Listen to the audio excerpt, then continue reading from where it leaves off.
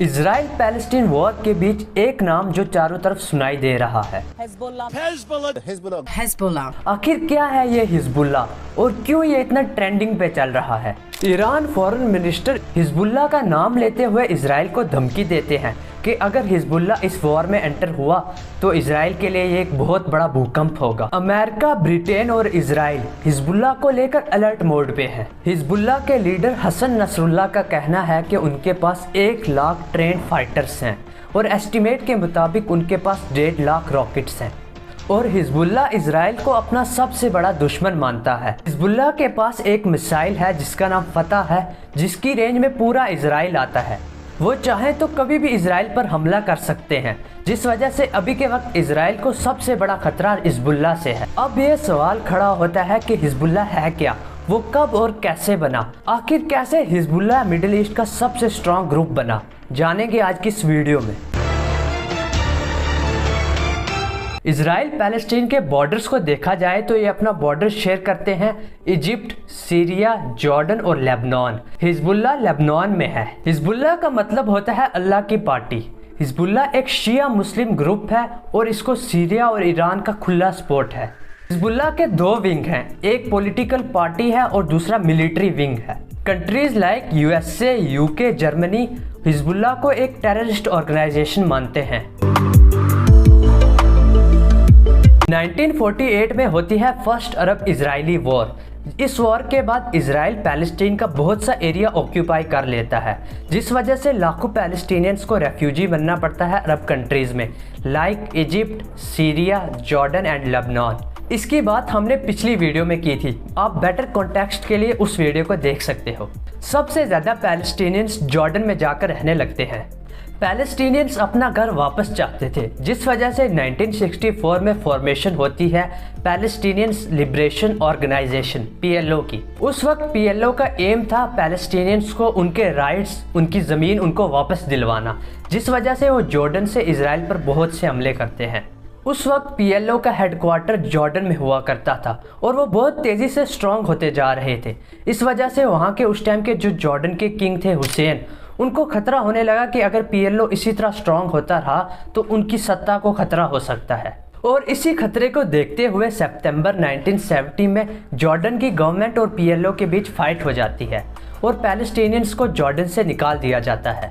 फिर पैलेस्टीनियंस पहुंचते हैं लेबनान और PLO अपना हेडक्वार्टर वहां पर बनाता है और लेबनान से पूरा PLO ऑपरेट होने लगता है। 1970s में PLO लेबनान से इजराइल पर अटैक करता है, जिसके रेस्पॉन्स में इजराइल 1982 में लेबनान पर अटैक कर देता है, जिसे फर्स्ट लेबनान वॉर भी कहा जाता है। और इजराइल लेबनान का साउथ रीजन और लेबनान की कैपिटल बैरूत को अपने कंट्रोल में ले लेता है। इसी पॉइंट ऑफ टाइम पे हिजबुल्लाह की शुरुआत होती है। इजरायली आर्मी को लेबनान से बाहर निकालने के लिए शिया मुस्लिम्स एक ग्रुप बनाते हैं, जिसका नाम रखा जाता है हिजबुल्लाह। हिजबुल्लाह के फाइटर्स इजरायली फोर्सेस पर अटैक करते हैं और बहुत सी फाइट्स होती हैं। साल 2000 में इजराइल अपनी फोर्सेस को लेबनान से बाहर निकाल लेता है और हिजबुल्लाह इसको अपनी जीत मानता है। हिजबुल्लाह बनने की कोई एग्जैक्ट डेट नहीं है, ये 1980s में बना था और 1985 में हिजबुल्लाह अपना मैनिफेस्टो लॉन्च करता है और जिसके कुछ मेन पॉइंट्स थे। एक था Iranian inspiration. Hezbollah Iranian Islamic revolution और आयतुल्लाह खमीनी के आइडियाज़ को अडॉप्ट करता है। दूसरा था हिजबुल्लाह इजराइल को इल्लीगल स्टेट मानता है और उसको ख़त्म करना चाहता है। और तीसरा है हिजबुल्लाह अमेरिका और वेस्ट को बहुत बड़ा शैतान मानता है। चौथा है हिजबुल्लाह ने इस्लामिक यूनिटी पर जोर दिया। हिजबुल्लाह स्टार्टिंग से ही इजराइल को ख़त्म करना चाहता था, जिस वजह से 12 जुलाई 2006 में 2 इजरायली सोल्जर्स को किडनैप किया जाता है हिजबुल्लाह की तरफ से। इसके रेस्पॉन्स में इजराइल हिजबुल्लाह पर हमला करता है और 34 दिनों तक ये वॉर चलती है। 14 अगस्त 2006 को UN इस वॉर को ख़त्म करता है। लेबनान की टोटल पॉपुलेशन में 32% शिया मुस्लिम्स हैं और हिजबुल्लाह एक शिया मुस्लिम ग्रुप है, जिस वजह से इनकी लेबनीज पार्लियामेंट में रिप्रेजेंटेशन के साथ गवर्नमेंट पे भी काफ़ी इन्फ्लुएंस है। हिजबुल्लाह ने लेबनान में बहुत से स्कूल्स, हॉस्पिटल्स और वेलफेयर स्कीम्स बनाई हैं, जिस वजह से आम लोगों का काफ़ी सपोर्ट मिलता है हिजबुल्लाह को। हिजबुल्लाह को सीरिया की तरफ से फुल सपोर्ट है, क्योंकि जब 2011 के बाद सीरिया में सिविल वॉर चल रही थी तो हिजबुल्लाह ने अपनी आर्मी भेजकर बशार अल असद की मदद की थी। हिजबुल्लाह के इतने पावरफुल होने के पीछे ईरान का बहुत बड़ा हाथ है। ईरान हिजबुल्लाह के वेपन्स से लेकर पैसों तक पूरी मदद करता है। अमेरिकन ऑफिशियल्स के मुताबिक ईरान हर साल हिजबुल्लाह को $700 मिलियन की मदद करता है। ईरान हिजबुल्लाह को सपोर्ट क्यों करता है, इसको समझने के लिए हमें थोड़ा ईरान की पॉलिटिक्स को समझना होगा।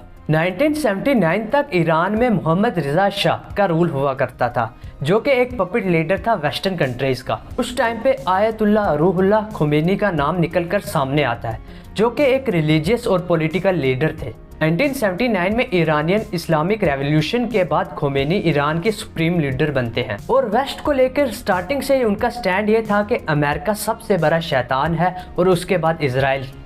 वो इजराइल को एक इलीगल स्टेट मानते थे और स्टार्टिंग से ही इजराइल के खिलाफ जिहाद को सपोर्ट करते थे। और जो 1985 में मैनिफेस्टो रिलीज किया था हिजबुल्लाह में, उसमें एक पॉइंट था कि वो ईरानियन इस्लामिक रेवोल्यूशन और खुमैनी के आइडियाज़ को अडॉप्ट करते हैं, जिस वजह से ईरान हिजबुल्लाह को सपोर्ट के साथ साथ पैसे, वेपन्स और ट्रेनिंग्स देता है।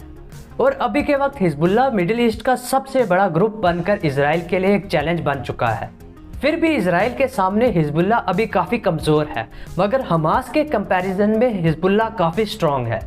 और अगर हिजबुल्लाह भी इजराइल पैलेस्टीन कन्फ्लिक्ट में शामिल होता है तो ये पूरी दुनिया को नेगेटिव इम्पैक्ट करेगा और ये वर्ल्ड वॉर 3 के लिए एक ट्रिगर पॉइंट बन सकता है। और अभी के वक्त हमास के हमले के बाद इजराइल गाजा को पूरा डिस्ट्रॉय करना चाहता है। लेफ्ट वाली वीडियो पे क्लिक करके हिस्टोरिकल कॉन्टेक्स्ट जाने।